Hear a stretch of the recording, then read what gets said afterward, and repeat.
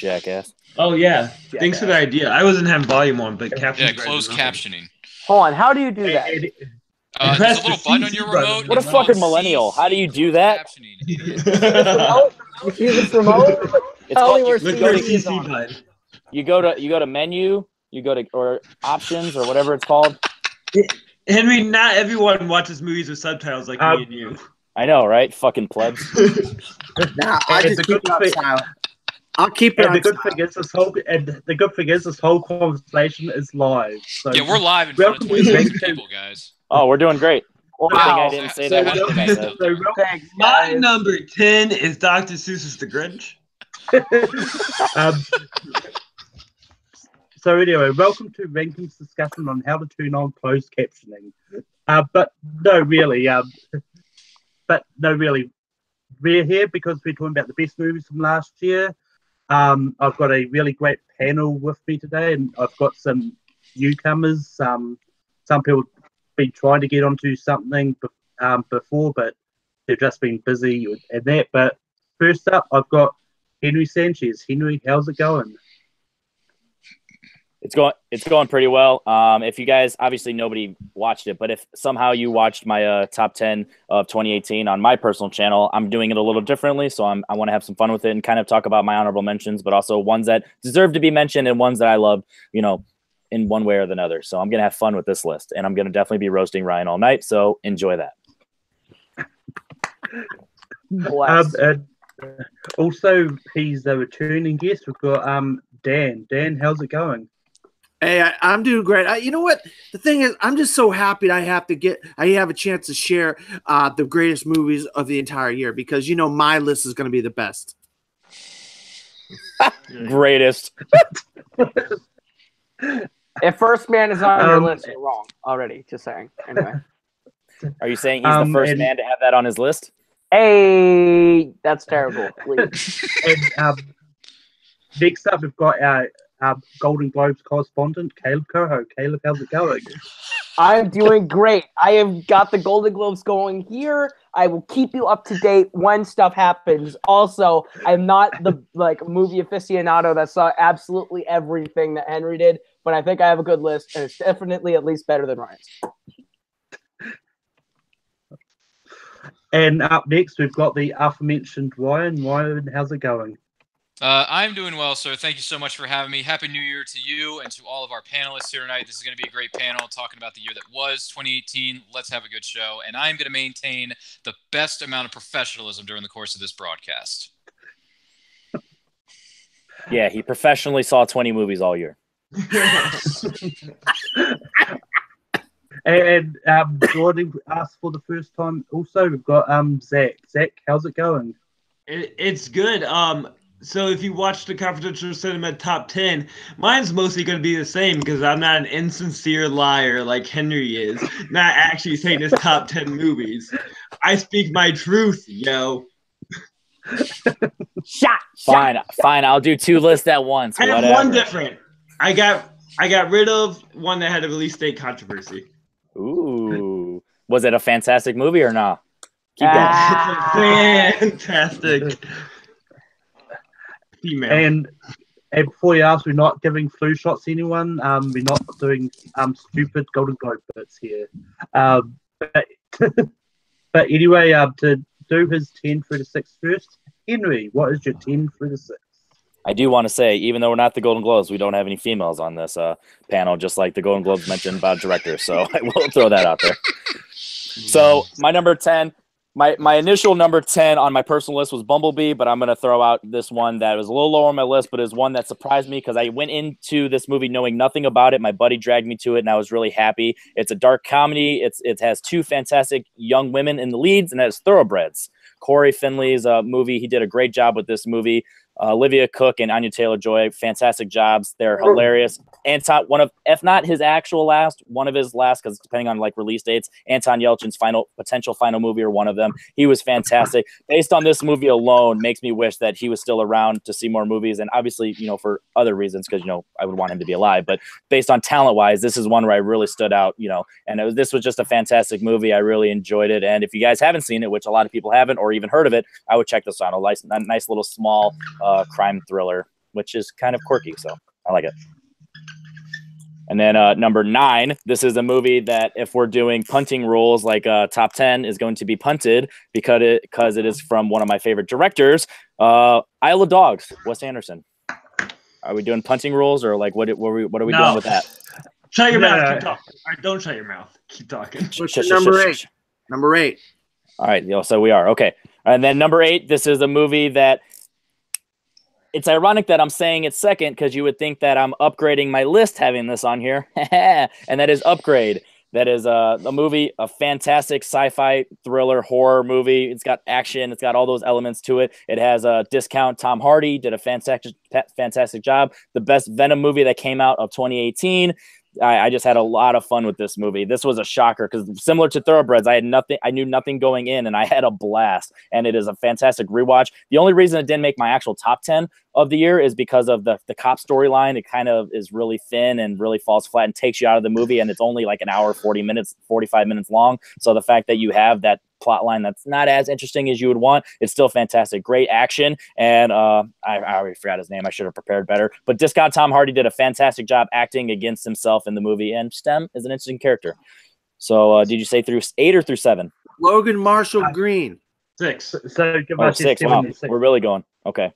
And then number 7, my favorite straight up comedy of the year, Game Night.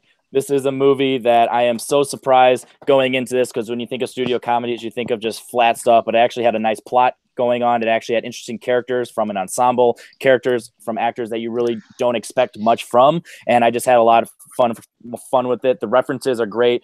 Jason Bateman and Rachel McAdams, they do a fantastic job, handling the leads. And then you have some small little roles from people that are interesting. You're like, ooh, I like seeing you there. And there's an interesting scene from a movie that I really like that I won't spoil because if you haven't seen it, it might give you chills or might make you smile ear to ear seeing it, how it went down. So that was a lot of fun, Game Night. And then my number 6, this is a movie that I legit probably wasn't even going to see if it wasn't for AMC A-List because of just these type of movies that kind of just like, they're like preaching or hammering over their head, their point. It's just not for me.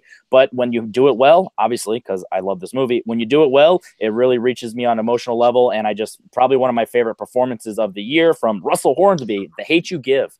This was a movie, like I said, I had no expectations going into this. When I saw the trailer, I'm like, oh, how are they even going to have a story based on how the trailer went? And it shows that sometimes trailers do a great job of not showing you, enough, obviously, because, I almost didn't see it if it was for A-List. So I probably could have used a little more of the story. But this movie was fantastic. All the performances across the board are great. The pacing is fantastic. The direction is really good. And like I said, Russell Hornsby, probably one of my favorite performances of the year. And I know he's going to get stuff from the Oscars. Jacob Blunden, he already knows as well. He agrees that this is going to be one of those where it's like, so pissed. Let's get him in there. Let's get some recognition solely for Russell Hornsby. Go see The Hate U Give. I mean, obviously for everything else, but especially for him. So yeah, there we go. There's 6. Good call on The Hate U Give, Henry. Good call, man. Love that fit. And Russell Hornsby. Boy, if he could get that best supporting actor 5th slot, that would be amazing. Don't listen, Dan. They're all bad calls. Just horrible calls. And anyway, Dan, you're up next. Give us your 10 through to 6. All right. Number 10 is I'll tell you what. There's not a lot of great comedies. There just isn't a lot of great comedy. There's a few. Game Night, Henry mentioned, but comedy that has got some biting humor and funny and just ripping on each other and tearing each other to shreds is a movie called The Favorite, a period piece starring Rachel Weisz, Emma Stone, and Olivia Colman. I'm telling you, Yorgos Lanthimos, if he doesn't get in the best director category, it'd be a shame. This movie is fantastic, and it's so freaking funny. I cannot tell you guys how funny this film is. It is just hilarious at times.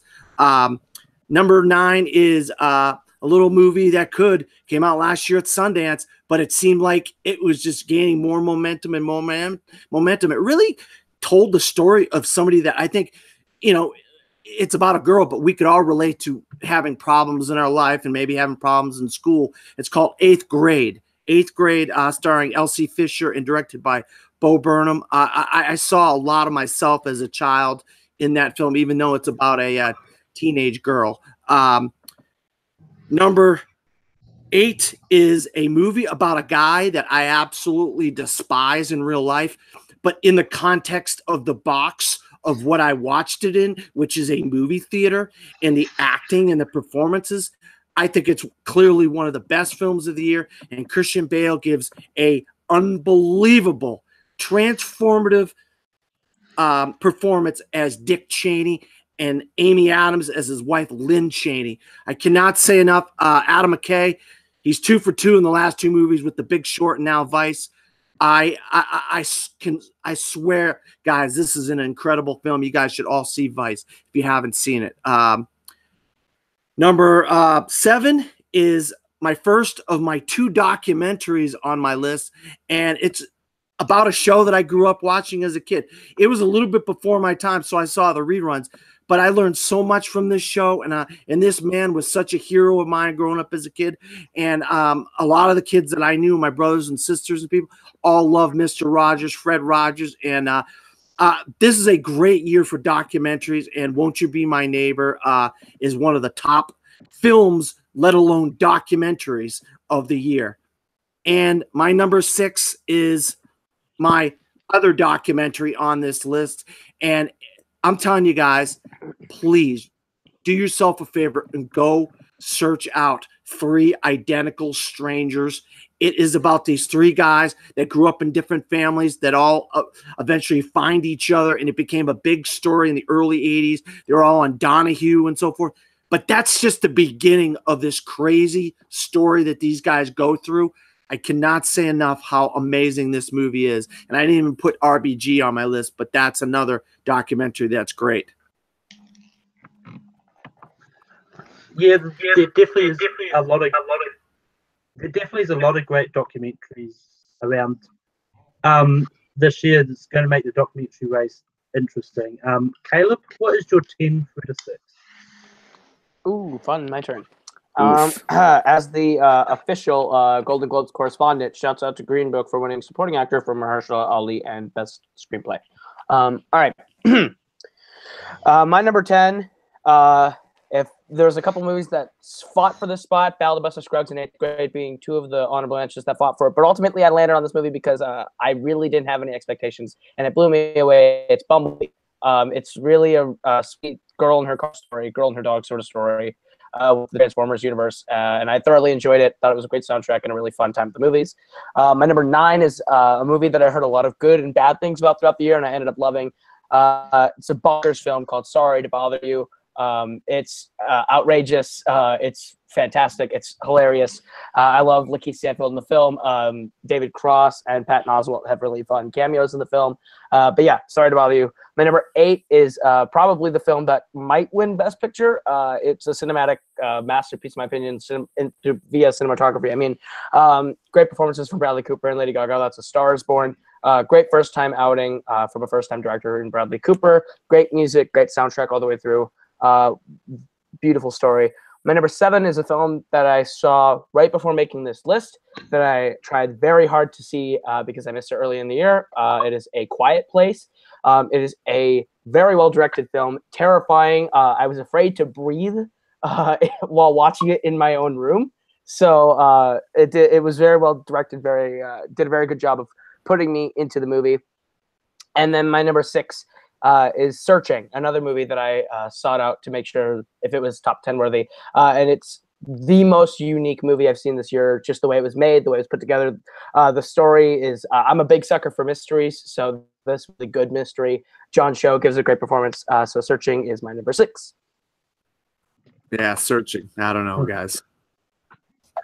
Yeah, I mean, Searching is definitely a great movie, and it will come up later, but next up, we've got Ryan. Ryan, what is your 10 through to 6?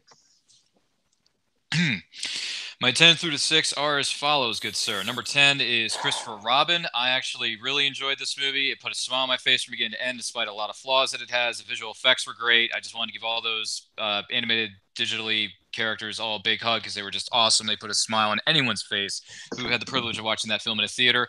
Coming in number 9, I have Widows. I thought that was a pretty good heist thriller. It's what Ocean's 8 could have been and should have been, but it wasn't. So Widows was a good one. Strong cast, some good, strong performances there. Coming in at number 8, I have Aquaman. That was my last film I saw this year, and I had so much fun watching that in the theater with a crowd full of people. It was fantastic. I had a lot of fun despite a few flaws that it has, but it was fun. Coming in at number 7 is a severely underrated sci-fi horror thriller film that didn't get enough attention when it should have, and that is Natalie Portman's Annihilation. Annihilation is so visually beautiful. It's really strong acted, great story, captivating from beginning to end, keeps you guessing. Really good, well thought out film. That's my number 7. And coming in at number 6 is the John Krasinski film that had every single person on this earth talking when it came out, and that is A Quiet Place. That film is just amazing what you can do with very little to hardly any dialogue, just using the body language, using the looks in people's eyes, and the way people acted in that film, from Krasinski to Emily Blunt to Melissa Simmons and anyone else who had the privilege of working on that film. Just give them all the honorary awards because I thought they did a tremendously good job with that thriller in A Quiet Place. So those are my 10 through 6. Just one I didn't like on there. Are we in competition for the fastest show in history? Jesus. Just running through these. It definitely sounds like it, but anyway. I thought I was going long, and I was compared to you guys. But we've got Zach. Zach, what is your 10 through to 6? I need to talk with Just, my son about this because I can't remember. I'll just go drop the link to confidential top 10 of 2018. You deserve there. We'll skip it. No, I'm just kidding. So my number 10, it's just a wonderful girl and her dog story called Star is Born. Get it? Bradley Cooper, you hear me? Best drunk face, right? But yeah, all you need to know is drunk, sweaty face Bradley Cooper gets me every day, all week long. Okay, So number 9. Look at you. Like I said, number 9 is a movie that I saw at a film fest early in the year, and at that point it didn't have distribution. I was concerned and curious on what would happen with this movie that kind of hit me so hard. But it's rare to see a movie without knowing how the world's taking it in. It was really nice to only have my own opinion at that moment, and I'm really happy with the critical reception it's received. And that's Minding the Gap. It got released on Hulu, so not a broad release, but at least critically, people have really fallen for it. And that movie kind of hit me in a deep, hard place and made me question my own, masculinity and how I live my life. So, important movie. See, that's my number 9, the true best documentary of the year. Number 8 is a great one to watch for the performances, but also there's just a kind of a cynical warmth to it, if that makes any sense. That's Can You Ever Forgive Me? Something I was able to just to vibe with, but to Richard E. Grant kind of brings all the charm into that film to help balance out Melissa McCarthy's, more cynical dark side. And just to watch as an acting class alone is entertaining, but I was also very moved by the kind of rawness and reflectiveness of the character's stories. My number 7 is something that hit me very emotional in a more of like an osmosis way of how it impacted people around me, and that's Tully. I watched it with my mom, and watching her have such a intense experience with this related to her own postpartum depression experiences, I was able to see my own childhood through her eyes a little bit, and that just had a deeper impact. It's also just a really funny movie and a great performance by Charlize Theron. And anytime a movie can be that kind of heartbreaking and still be hilarious will always work for me. And Davis, don't forget her. She was great. Yeah, Mackenzie Davis great too. In my number 6, not on confidential cinema, but I said sometimes if you just get the perfect, beautiful cinematic experience as far as great cinematography and great music together, it's like Let Alone will give you a 9, and that's what Beale Street Could Talk did for me. I could listen to that score every day, all day, along with the poetic swirling images that Barry Jenkins can conjure, and the stories are really great themselves. I have some problems with the lead female performance, but everyone else around them is stellar. Regina King, really, I just watch her dance with her husband, I cannot remember his name right now, all day. Just that one movement, I feel like put so much time into the film. But then she can also break your heart. Yeah, Coleman Domingo, who also is a great performance that hasn't gotten as wronged by the critics as I feel like it should. But it's Barry Jenkins is the best at making visual poetry right now, and I can just take that in all day, every day. Okay. Yeah, Beale Street is not. It hasn't come out in New Zealand yet because we're very slack with getting movies all the way to the other end of the world. But anyway, it's down to me for my 10 through to 6. And my number 10 was one I did not expect to make it onto my list at all. But it's Bumblebee. I had a lot of fun with this. I've not seen any of the other Transformers movies, so this is the first time I've actually seen anything Transformers in my life. I've just never been a fan of the toys as a kid, so yeah. My number 9 is Black Panther. This and Bumblebee have been flip-flopping sort of on and off, but it kind of stuck here at this point. But it's just one that I had a lot of fun with. It does have a few problems, but it's one that I like and I do tend to enjoy myself. My number 8 is Black Klansman. This is one that I really enjoyed, and John David Washington is amazing as the lead, and Adam Driver is just one of those ones which is very fun to watch. My number 7 is Deadpool 2. I've always loved the Deadpool character. It's one that's been one of my favorite Marvel characters of all time, but it's one that it's just, for me, it's done right on the big screen. It's just the way that I imagined a movie about him being. My number 6 is A Quiet Place. This is one that literally leaped onto my list yesterday. It was on Sky TV in New Zealand. Just one that I thought, I'll sit down and watch it and see what happens. Like, this is, even though there was some talking, this is probably a good definition of a modern sort of silent movie type thing. It's like it's really hard to buy him talking without actually talking, and John Krasinski, Emily Blunt, and all that did it perfectly. Now, next I'm going to throw it over to Henry for his 5 through to 3. All right, so I want to give a quick shout out to my original list, just what they were. My number 9 was Annihilation, number 8, Vox Lux, number 7, A Simple Favor, and number 6, Hereditary. So those are movies that are actually in my top 10 that I'm not going to be talking about today. So jumping over to number 5. Yeah, right. Movie that, yeah, fantastic. I didn't like it. One of the best scenes of the entire year. And if you don't, yeah, you're a fucking fucker. All right. So with that being said, my number 5, a movie that, similar to The Hate U Give, a movie that I wasn't expecting to. It's one of those where you just, at this day and age, you're expected to be preached to and not just actually see a story. And similar to The Hate U Give, it told a story, and that's Black Klansman. Right now, it didn't overdo it with like the shoving anything in your face. It just told a good story, and with that, it sent the message that it was delivered, the message that it was supposed to, give. And that's how you do it. You don't overdo it. You're not hammering over the head with any of these political issues or nothing like that. You're just telling a story, and through the story, you're telling everything that you need to do. And Spike Lee did a fantastic job with that. The direction of this movie is just amazing. It makes you really go back and like, wow, Spike is a great director. He still got it. He's not pumping out old boys all the time, is he? No, he's actually doing some good movies. And similar to what they said, John David Washington is fantastic. Adam Driver, really good. And it has a nice little role from what's his name? Corey. Topher Grace, you mean? Topher Grace? No, the Black Panther guy, the leader, Corey. What was his name from Dr. Dre and Straight Outta Compton? Corey Hawkins.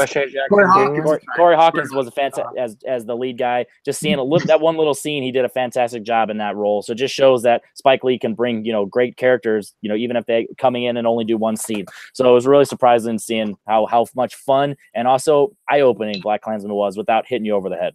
My number 4, a movie that for the longest was in my top 10, but it's just I happened to just see a lot more movies as the year wound down, and that is American Animals, a movie that was a thriller / documentary blend. It was a nice hybrid because it's coming from a documentary director, and it does really good job of showing scenes of the real people who are the actors are portraying, and kind of blending in their what they're saying about it.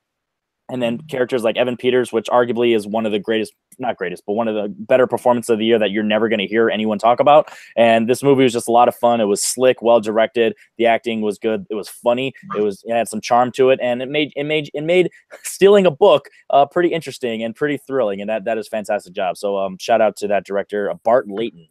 And then my number, we were doing 3, right? 5-3. 3, yeah. 5. Number 3. This is a movie that on rewatch jumped up, and obviously this isn't my real top 10, but top 10 of this shout out that I want to bring up because of movies like this that jumped up on a rewatch, and that is Bad Times at the El Royale.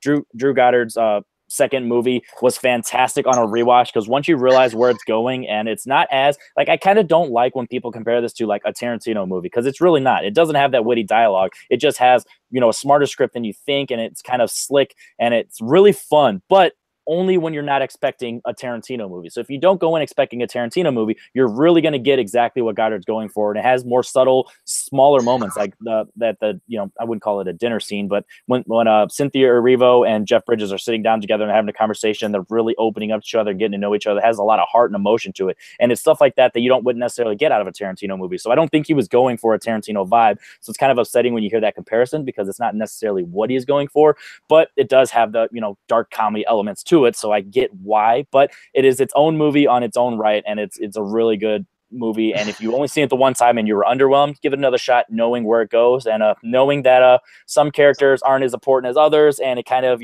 gives you a different light, and that's always fun. So that is my number 4.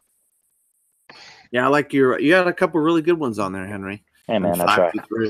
I give you a B minus. Yeah. Thanks.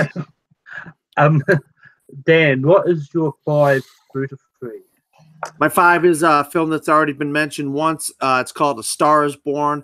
Bradley Cooper, Lady Gaga. But I just want to bring some light to a guy that, he didn't get nominated for a Golden Globe, which is a travesty. But I hope he gets nominated for a Academy Award for Best Supporting Actor, and that's Sam Elliott. He is fantastic as the brother of the main character played by Bradley Cooper, and also Andrew Dice Clay's got a role in the film that he is really good.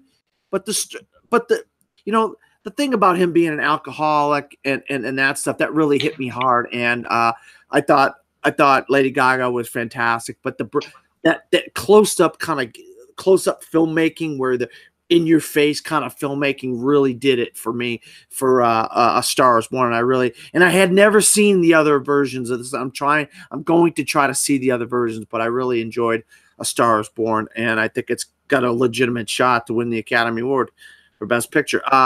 Number 4, I know this is going to be a controversial pick, but I don't understand what the backlash of it is, because I think it's an incredible film from an incredible director with an incredible cast. I just don't understand. I think it's an amazing film. It's called First Man, and I think First Man is one of the best films of the year. I just don't understand why people don't like it. I think it's fantastic. I think it's a story about a man who was really damaged, and he knows how much weight is on him and how important what he is doing is to the world and his country. And I think you see that performance from Ryan Gosling. And of course, him not being there for his kids and his wife, you see that with Claire Foy. And I think the special effects and the score of First Man are incredible. So I really, really enjoyed First Man. I never knock anybody else for not liking something that I like, and vice versa. I hope they feel the same way towards me. Number 3. No, we hate you.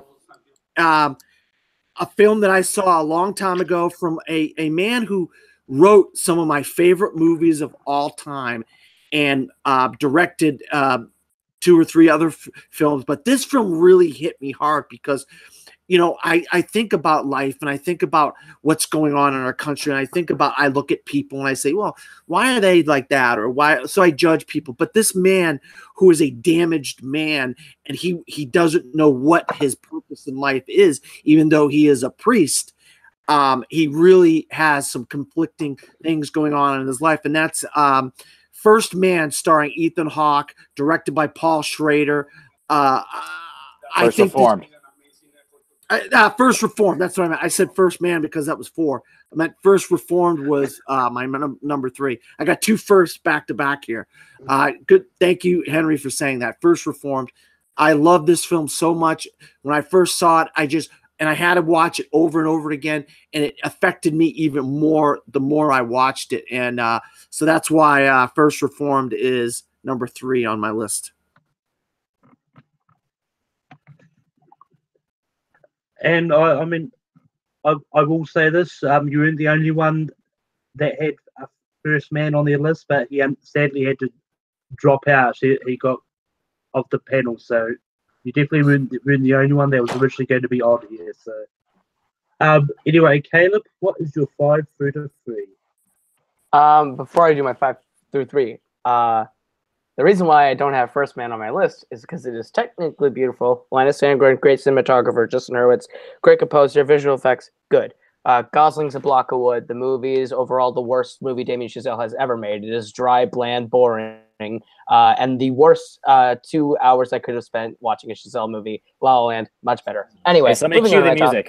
Cue the music. Jesus. He's made Cue the 4 music. movies. Let's chill out on the worst movies. My that he number made. 5. My number 5 is. My number 5 is a film that Henry mentioned earlier as making his actual list, and that's A Simple Favor. I went in with no expectations, walked out really loving it. Blake Lively and Anna Kendrick are great. They bounce off each other really well. Blake Lively's hilarious. Very fun, and it's as a mystery fan, great twists and turns as I had never read the book. Yeah, my number 4 is Avengers: Infinity War. It is hey, there's the poster. Yeah. Avengers: Infinity War is a culmination of my favorite franchise of all time. I love the MCU. I love the films in it, and finally seeing everyone come together was really great. It gets better on every rewatch for me because it was a 2.5-hour movie, and it feels like a 10-minute movie. It flies. I really enjoy every minute of it, and it's really fun. But it's not the best comic book movie of the year. The best comic book movie of the year was my number 3, which was Spider-Man Into the Spider-Verse. It was a great story about a kid that just happens to become Spider-Man, and everything that kind of goes along with becoming Spider-Man. It's like watching a comic book come to life, and that is amazing for me as a longtime comic book fan. The visual style of the animation was something I'd never seen before. Overall, I just really loved it. So Spider-Verse is my number 3.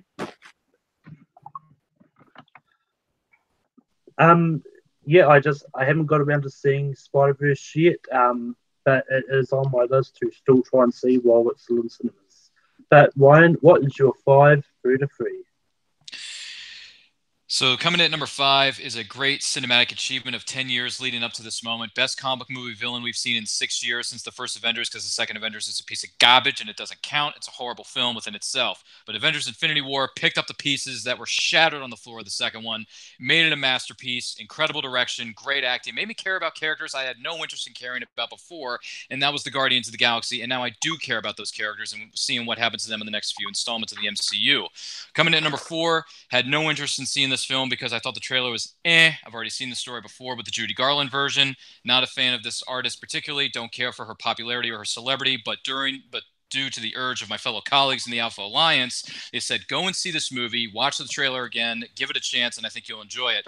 And they ended up loving this film so much so, it's one of the best films I've seen all year, and that is A Star is Born, directed by Bradley Cooper and starring Lady Gaga. Lady Gaga didn't know she can act her way out of a paper bag, but she knocks it out of the park. Bradley Cooper directs the heck out of this movie. It has some of the best music I've ever heard in a film, some of the best acting I've ever seen in a film, and definitely an incredible directorial debut for Mr. Bradley Cooper. So good luck to you, good sir, in the near future.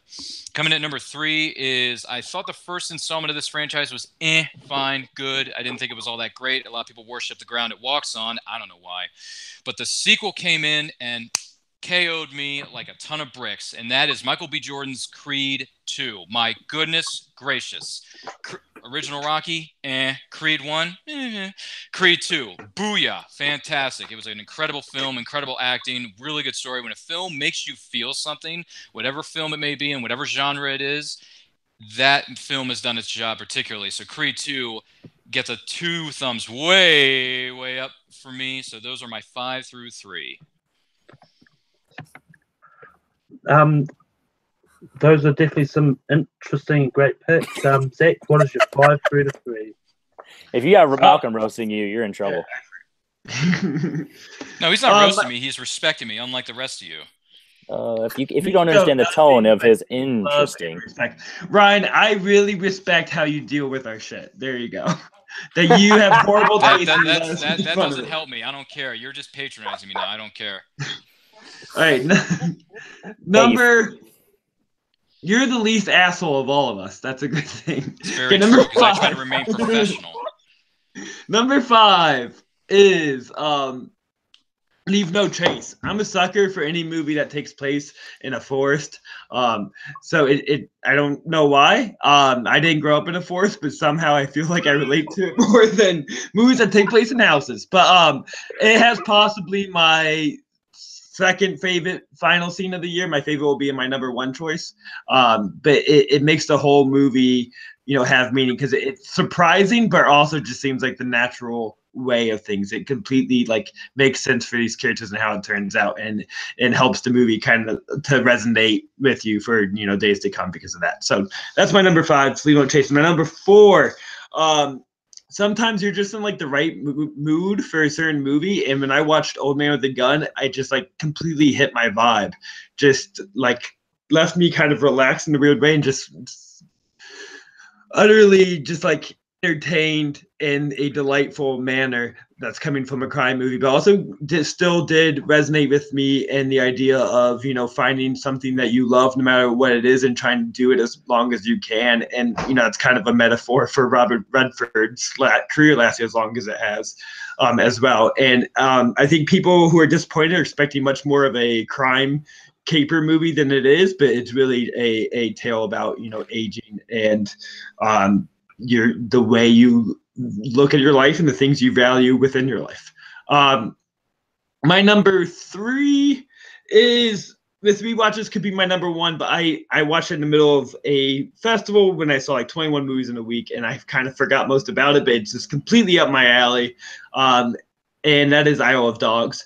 Wes Anderson is just my brand of comedy. It makes me laugh throughout. It's also beautiful stop motion. I wish he would only make stop motion movies at this point. I'd be very happy if he just chooses to do that. Fantastic Mr. Fox is one of my favorite movies, ever. But Isle of Dogs is a lot more of a serious take on than Fantastic Mr. Fox, and I liked that he was brave enough to go with a different vibe. So that's my number 3. Yeah, I'm just happy to see someone mention Leave No Trace. It stars a great Kiwi in it, and Thompson McKenzie. So, but yeah. There are also some houses that cameo, by the way, Zach. It's not just Forest. No, I know. That's the worst part of the movie. They're in a house.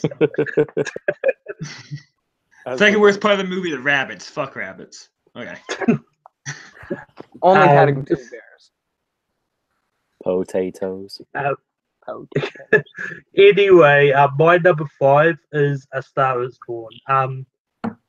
I really love this movie. It's one that I went in not knowing what to expect because I've never seen the originals, but it's a gut punching, and I mean I'm not ashamed to say it. It's one of the many movies I saw this year that I actually cried in the cinema watching it because I just didn't expect the ending to come. So, my next one is I'm probably going to get a lot of shit from some people, but I don't care. I really love the original one from 60s, but it's Mary Poppins Returns. I'm as a very big fan of the original. If you love the original, I guess you would love a movie that's the same exact movie. That makes sense. It wasn't. I mean, it wasn't so much the same, because I mean, if you compare both Mary Poppins, Emily Blunt's is more like the book. Julie Andrews is her own sort of version, but it's one that I really love. The new songs, I found really good. I mean, for me, if the one negative, and I'm sorry, Caleb, I I know you love Lin-Manuel Miranda. I didn't like him in this movie. I really didn't. I liked He's his okay in the movie. songs. He's okay in the movie, but yes, I agree. But yeah. And my number 3 I've got is Avengers Infinity War. This is just one the culmination of 10 years, and pretty much everyone else has said. This is one that it helped make Endgame one of my most anticipated of this year because you really want to know what happens at the end. And yeah. And now we go back to Henry for his number 2 movie of 2018. All right, so quick little shout out to my original top 10 that I was going for after. Number 6, I already said that's number 5 was The Favorite. Number 4 is Star is Born, and number 3, Infinity War. So my number 2 of this made up list is going to be Green Book, a movie that when I saw in the theaters, I was really happy. I was really surprised of, how similar, it's a common theme. Everything that's going on with this movie, it gets the point across without hitting the head over for me. So it's really sending a good message.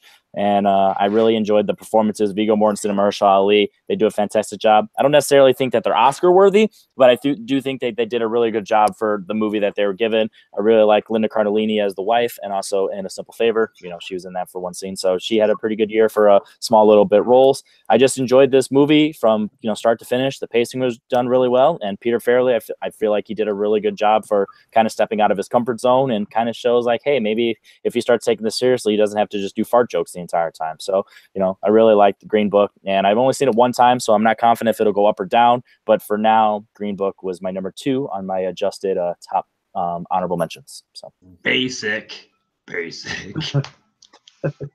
Yeah, wait until we hear your number 2, asshole. You're the most basic as it gets, conformist. Green Book hasn't come out here yet. I think it comes out next week, so I'm definitely going to try and see it when it comes out. Dan, what is your number 2 movie of this year? My number 2 is a film that's already been mentioned a couple times. Black Klansman, Spike Lee. What an achievement of filmmaking. The performances: Adam Driver, John David Washington, Topher Grace. I mean, who could have ever imagined Topher Grace as David Duke, the king of the Ku Klux Klan? I mean, he was so freaking good in this movie. I just cannot believe how good he was. After Spider-Man 3, I never thought he'd ever get another acting job ever again. But he's recovered, and he's actually pretty good in Black Klansman. I think this is the best movie Spike Lee's made in over 20 years. I'll be honest with you. I think somewhere in the neighborhood of 20 years, he hasn't made a great film of this caliber in that long. I think this is an Inside Man like that's pretty rough. Yeah, Inside Man's good. I forgot about Inside Man. You're right. I think this is the Scorsese of this era. I think we're going to get Spike Lee is going to win Best Director. I think a lot of people are going for Cuarón or Bradley Cooper, but I think it's Spike Lee's turn. He hasn't won. He's deserved it 2 or 3 times. Very, very similar to Martin Scorsese. This movie is incredible. I loved it. As soon as I got out of the theater, I could not believe how amazing this film was. And Black Klansman, my number 2.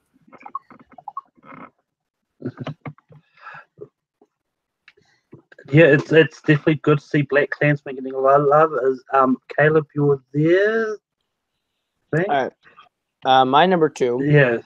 Yeah, my number 2. Sorry, I'm watching them give a tribute to Jeff Bridges. It's like you're leaning back way too far back. It's like I couldn't really tell if you were there. I am not here anymore. My number 2. So my number 2 is one that was mentioned previously, but it is Creed 2. I really loved the first Creed, and I am a huge fan of the Rocky franchise. So when it came to this one, I was really excited. I think Rocky 4 is one of the definitive bad, cheesy 80s movies. And so taking some of the worst acting and characters in the Rocky franchise and making them actually really compelling was really cool, while also being a very suitable follow-up to the first Creed, which I love. So, Creed 2 made my number 2. Yeah, the bad guys from Rocky 4 are the best part of this movie. Oh, go figure. Okay. They're great. Ryan, what is your Better than number first 2 one? movie of 2018? Seriously, Dan, stop hating on my Creed 2, okay? It's a damn good movie, so shut your face. Bad guys are the best part. Whatever, it doesn't matter. Anyway, this film, a lot of people are going to throw the book at me and say I'm getting away with this film on a technicality, but I don't care because it's my list. I do how I see fit. And if this film doesn't hit a wide release until this time, then it counts for that year that it comes out. So in that case, I'm going to go with a great Western movie. It made my top 2 Westerns of all time.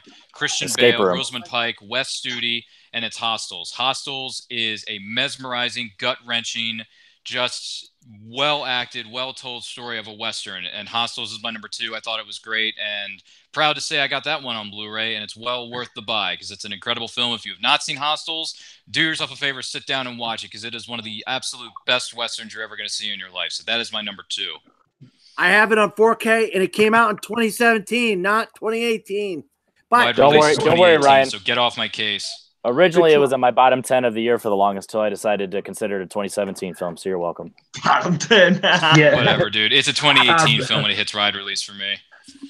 Don't worry. Anyway, if I ever finish Aquaman, it'll get there too. So 2 of your top 10s are in my bottom 10.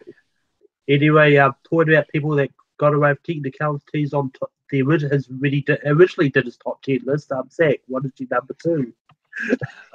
My number 2, and something I'm really excited to see with my best friend Henry next week in 70mm, so he can have a list just as basic as me, and that is Roma. And I'm very happy to say that if we can consider a Mexican Spanish language film about a small Mexican neighborhood in the 70s as basic, I'd much rather that be the basic choice than a whitewashed, happy-go-lucky racism story. So Roma is filmmaking at its best. It's a beautifully, massively crafted film as far as cinematography and its like pacing, which is slow but so purposeful, and then how that is paced. And I think it gets too much shit for being masterful but not emotionally like resonant, and I find it so emotionally resonant because the craft can play each moment perfectly, and the beach scene is the most devastating scene for me of the year. It wraps the whole story together and the whole character arcs together that in such an effective manner. So Roma is probably my favorite Cuarón film for sure now, and I honestly am excited to see it again. It's hard to say for such a heavy, slow, dramatic foreign language film to be something I look forward to be watching, but I do, just to be in that craft and that world again. So that's my number 2, Roma. I will admit on camera, seeing it on the big screen, I won't be surprised if it changes, similar to 2001 when it finally jumped into my top 100. You've seen it next to me. That's true. 1 seat apart. Roma's a great film. Roma, hands down, a great film. It's a masterpiece. Oh, Dan said it, so it must be true. Masterpiece is on your top 10. It's in my top 15. Is there 50 Yeah, masterpieces? It's the Citizen Kane of not making Dan's top 10. It's just, I liked other films better. What can I say? Guys, first man greater than Roma. Okay. I think so, in my opinion. The white man is a lot better than the Mexican ladies. Noted. Anyway, God. somewhere out there, You're the one who picked Green Book. anyway, somewhere out there isn't Take 3 member Abe is happy that someone else liked Roma as much as him. So, my number 2 movie of 2018 is already been mentioned by Kayla, but it's Searching.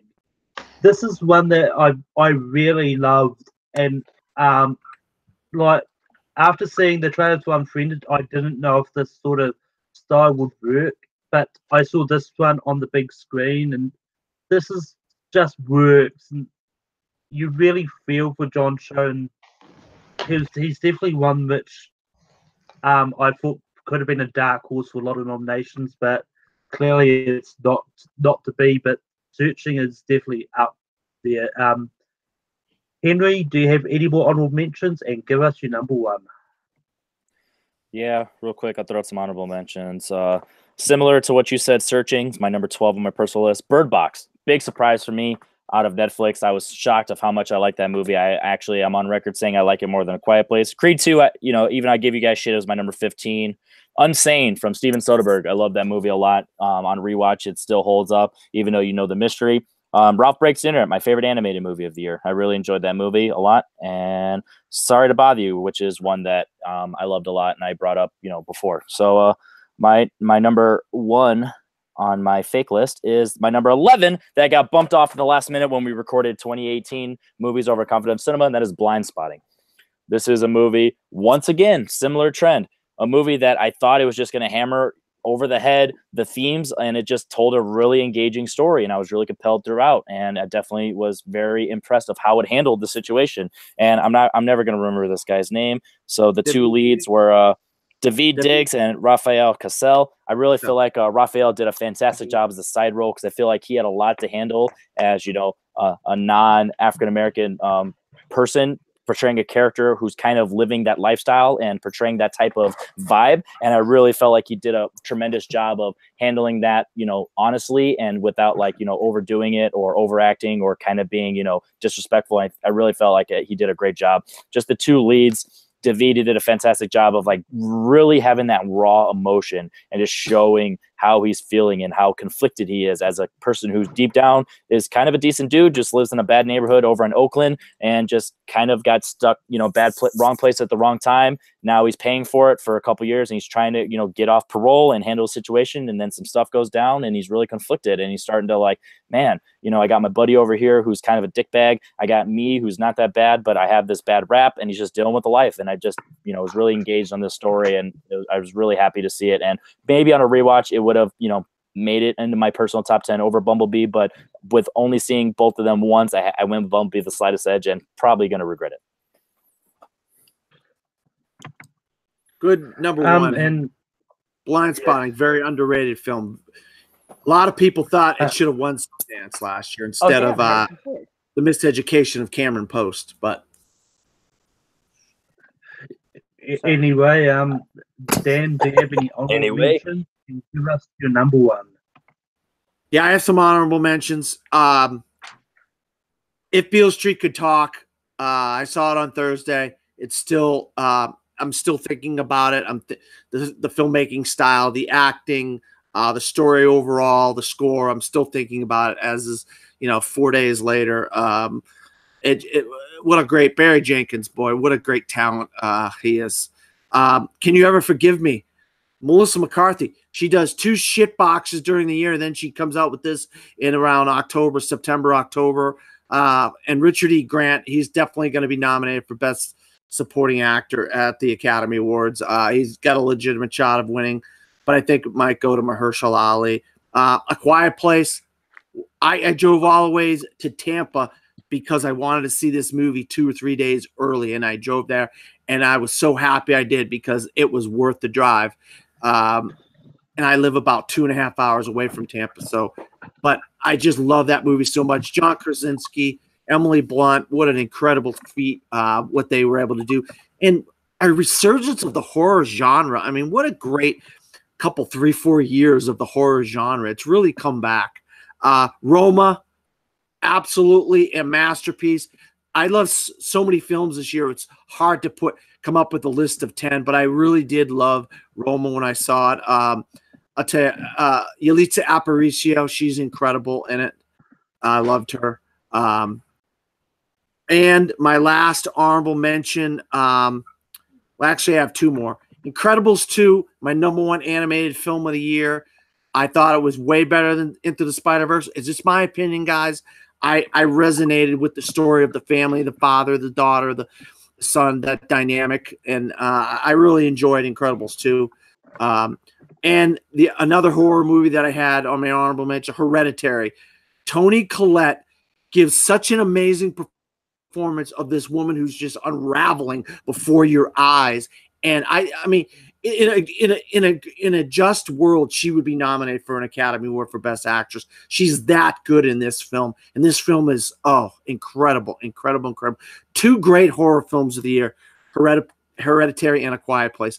My number 1, I know it's not going to be a popular number 1 because somebody already mentioned it on their list and people didn't like it, but I don't care because it's how it affected me when I was watching it, when I left the theater, and how just unbelievable the performances are from Viggo Mortensen and Mahershala Ali, and that's Green Book. Ever since I saw it, I just cannot get it out of my head of what a wonderful, beautiful film this is. The friendships between these two gentlemen and the underlying racial tensions in the film and learning from one another. And then by the end, it's about family, it's about Christmas, it's about the holidays, spending time even with someone that you didn't know, but now you know because of a long car trip. I can't say enough about Green Book. It's my number one film of the year, and I stand by it. I don't care what anybody says.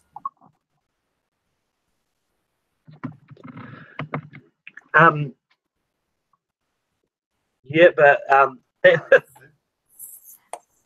segue is not good. Speaking mouth, but anyway, Caleb, what is your honorable mentions and your number one?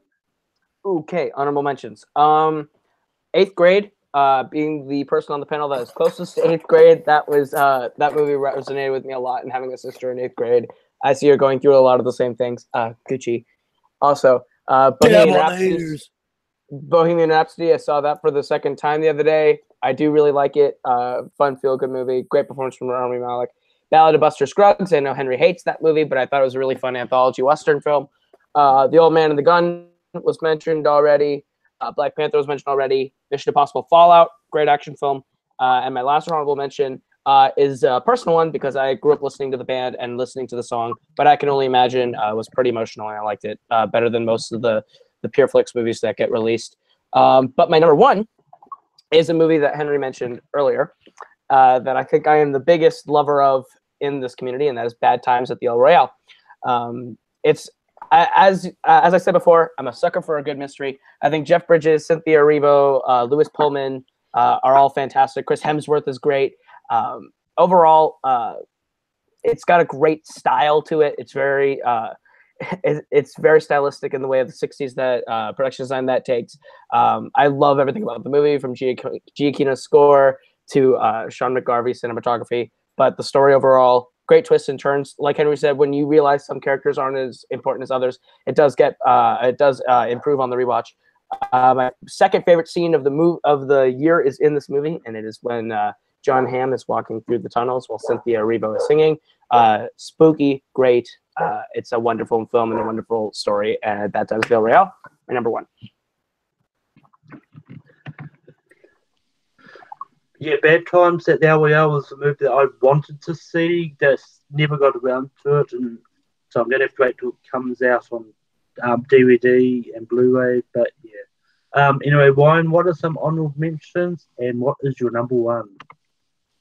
Alrighty, some of the honorable mentions I have, these are films that I enjoy, but that just couldn't crack the top 10. Had some problems that they could have overcome, but they didn't, unfortunately. I don't know. Maybe it'll change on rewatch. Who the heck knows? Sandy the Sandman Robinson's going to like this one. Ready Player One from Steven Spielberg. Had a really fun time with that. Call it nostalgia in the movie. Call it a horrible adaptation of the book, whatever you want. I liked it. Marvel's Black Panther. I thought that was good, but I need to see it on a rewatch to see if it holds up, see if it's still any good. I'm not sure. I had fun with this dumb, silly tribute to Die Hard with Dwayne "The Rock" Johnson, Skyscraper. Call it what you will. Mission Impossible Fallout. It's got my boy Henry Cavill. I will support that man in any project that he does from now on. But Mission Impossible Fallout made the honorable mentions, and coming in last on the honorable mentions is a film that had two flaws in it that I saw, but I still enjoyed it for the most part, and that is Jamie Lee Curtis returning to form in John Carpenter's Halloween reboot. Thought that was pretty good. Her kicking tail and taking names. Pretty darn good, Jamie Lee Curtis. Good looking out. And my number one film / documentary that I just absolutely loved. I haven't cried this much in a movie in a very long time. And when a film affects you like that, it's done a really, really good job. And this film did it so good, it was great. And that is Won't You Be My Neighbor. Grew up on Mr. Rogers, grew up on the series and stuff. But to hear the story about the man and his life and what he contributed to society and how many times he doubted himself. Even while he was doing his performances, he still had his own doubts. He had his own struggles that he was going through. You don't hear that stuff. You don't hear people talking about that. And I went and saw this in a theater with only a dozen or so people. That theater should have been full. That theater should have been sold out. to see this movie. If you have not seen Won't You Be My Neighbor, prepare yourself, bring a box of tissues, because I can guarantee you are going to get really emotional and respect and appreciate and love the story that this documentary brings to you. And that is Won't You Be My Neighbor is my number one of 2018, and I would say deservedly so. Good number one, Ryan. I cannot argue, my friend. That was a good choice for number one. Thank you, good sir. But yeah, I haven't seen it myself, and it's just one of those ones I've just not known anything about Mr. Rogers. I just didn't care to see it. But anyway, Zach, what is your number one and honorable mentions? My number one, the only movie that matters this year is Paddington 2. If we made everyone in this country have a special holiday where we sit down and watch Paddington 2 all at the same point, we might live in a much happier, more civilized community. And I joke about being the most important movie this year, but I honestly believe, in a way that I think the Mr. Rogers doc does as well, in a good way, is that it really inspires humanity and values, being good. It values being good and respectful and, welcoming your neighbor. And this is just the fictional version of it. But Paddington has became my role model on how I want to live my life, because I have the clumsiness now and I just need to be nice. So I'll stop giving Ryan shit and be more like Paddington. And there's also just a great magical whimsy to it as well. Paul King, am I saying the right name? Director Paul King is, I want him to continue in children's film. I think he's taken the Wes Anderson sensibility and bringing it down more to be a family-friendly sense and imagination that I love in that realm. And I look very much forward to his Willy Wonka sequel that he is set to do, because I think he has a great eye and a great mind for that. And I like that we can have a kids movie that can just be nice and not have to rely on any kind of, dumb jokes. It's pretty violent. There's a guy named Knuckles. Yeah. Also, Knuckles, best character name of the year. Knuckles spelled Nuckles. And I actually prefer Brendan Gleeson. I do the Hugh Grant in that movie, because Brendan Gleeson just always works for me, and I love him kind of getting to play silly. So Paddington 2, I hope there's 30 more of these, and I'll watch every one of them with my soon-to-be child. I can't wait to show them this film. So it's my pick. Good choice. That's a 2017 movie, but good choice. No, it's not a 2017. It's a British release in 2017. The U.S. release date is 2018. Fuck you, Dan. Yeah, not even the release. The U.S. release date is 2018.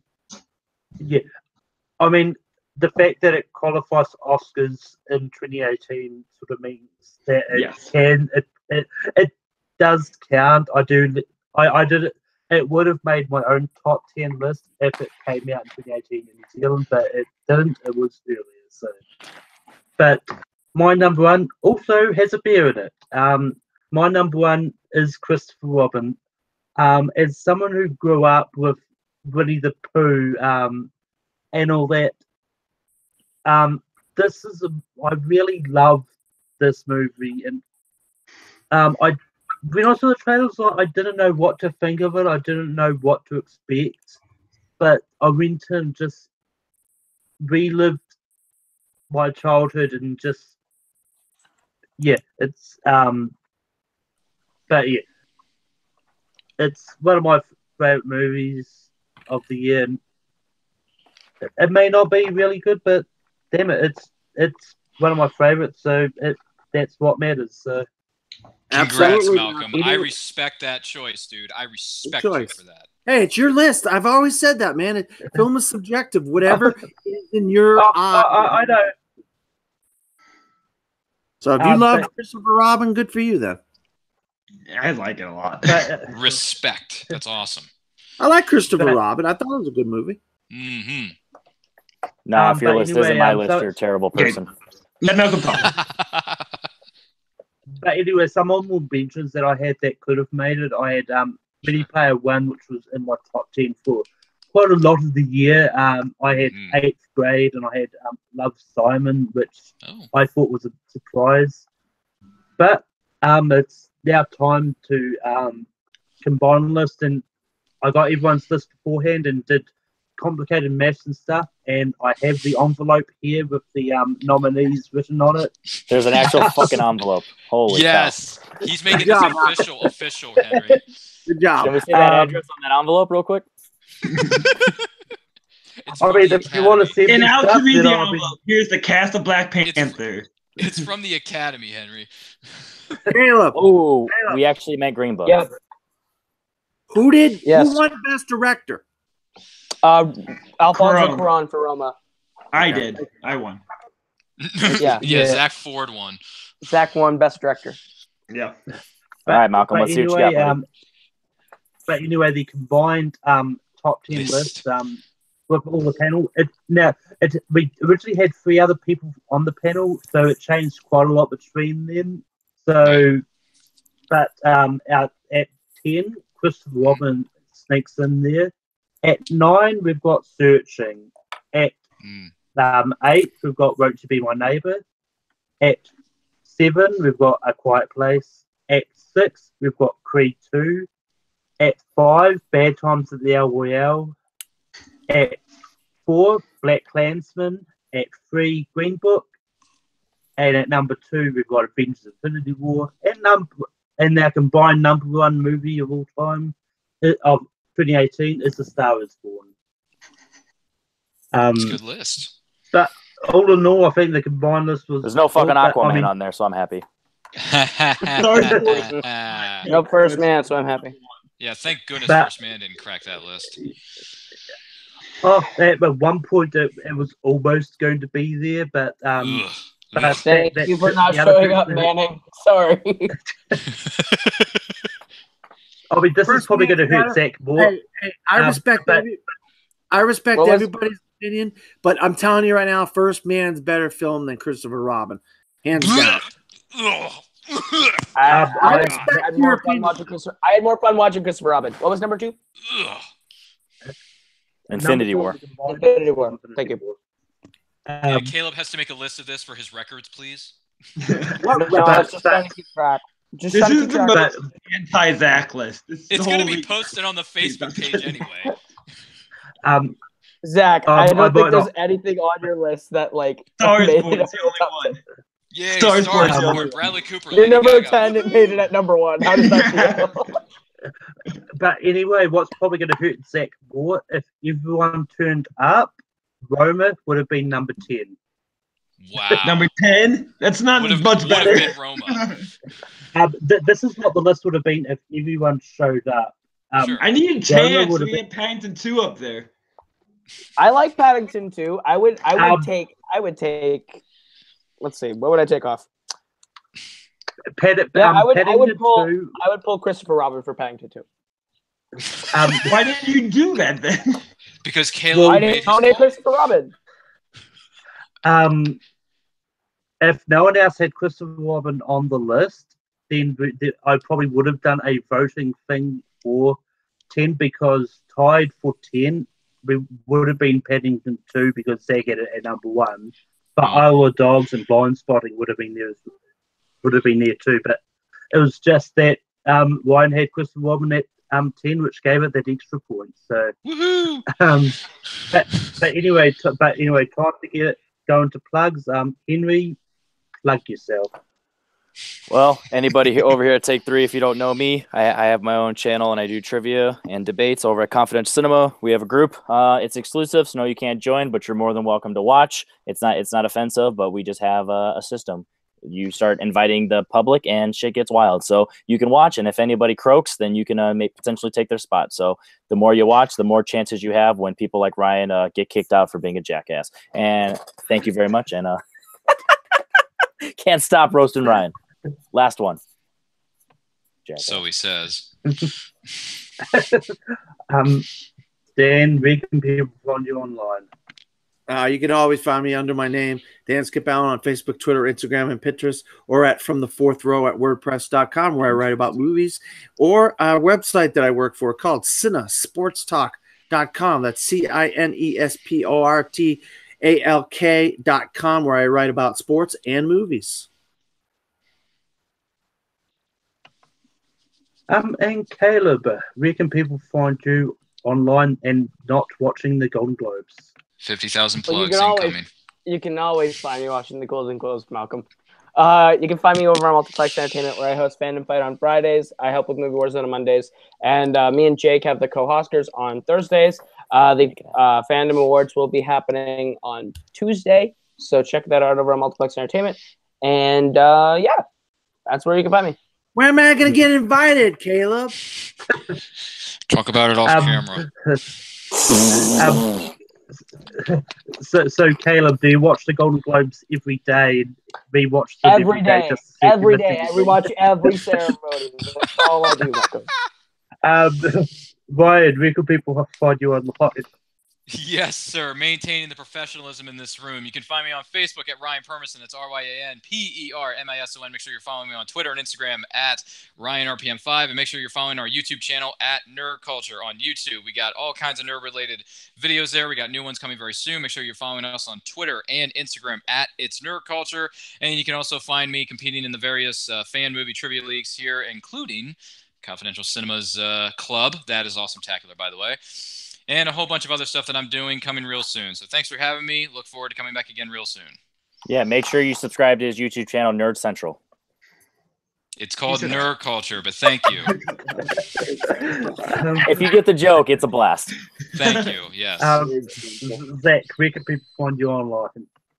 First of all, I think Ryan did way too much fake puking to say he kept the professionalism in this group. Second of all, I think I have a podcast called Fireside Chit Chat with Robert Parker that may exist. In Confidential Cinema, whenever I can guilt Henry into putting me on the shows.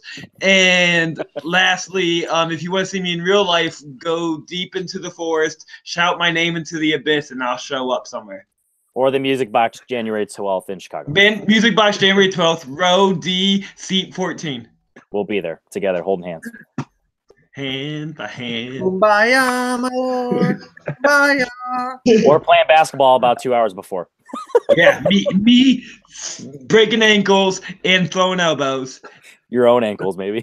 And throwing my elbows into my other elbow. Anyway, you can find me on Take 3 Productions every Sunday night during Wankham. We're back to the usual format next week, and also I'll have a poll up in the chat after this with the 5 options I'm going to pick, and whichever one gets the most votes will be the topic for next week. We'll have a few Golden Globes ones there, and there's definitely got a few others, but you can also find me competing in trivia on Full Metal Multiplex, Confidential Cinema Club, all of those sort of avenues. You can also find me on Twitter, Letterboxd, and Stardust at Malcor. And until next week, see you in Vancouver.